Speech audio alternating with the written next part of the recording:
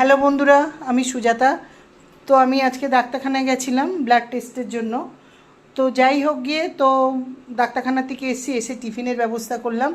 তোমাদের দাদা বলছিল চলো ক্যান্টিনে খেয়ে নিই, কিন্তু বন্ধুরা আমাদের মাথায় ছিল, বিশেষ করে আমি বললাম না, আমি লিওকে আটকে গেছি, তুমি বাড়িতে চলো আগে। বললো ঠিক আছে চলো। তো আসার সময় এই যে পাউরুটি নিয়ে আসা হয়েছে আর মাখন ছিল ঘরে, দাদাকে দিয়েছি, দাদা ওই ঘরে খাচ্ছে চা, দাদার দুধ চা, আমার রচা। আর এখানে গাটি কচু কালকে কেটে রেখেছিলাম, সিদ্ধ দিয়ে দিয়েছি, বানাবো। আর যার জন্যে আমি হুড়োহুড়ি করে এলাম ক্যান্টিনে খাবো না বলে, তো এসে দেখছি আর এক কাণ্ড। তোমাদেরকে দেখিয়েছি, দেখো আগের ভিডিওতে, শর্ট ভিডিওতে। লিও বাবু গেট খুলে বেরিয়ে গেছে, খাঁচার গেট খুলে। কি বলবো বলো, উনি খুলতে পেরেছে আর কি হাত দিয়ে।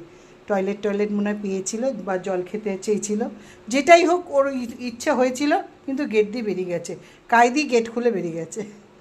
এই যে তোমাদের দাদা খাচ্ছে। তো চলো আমিও খেয়ে নিই, খিদে পেয়ে গেছে।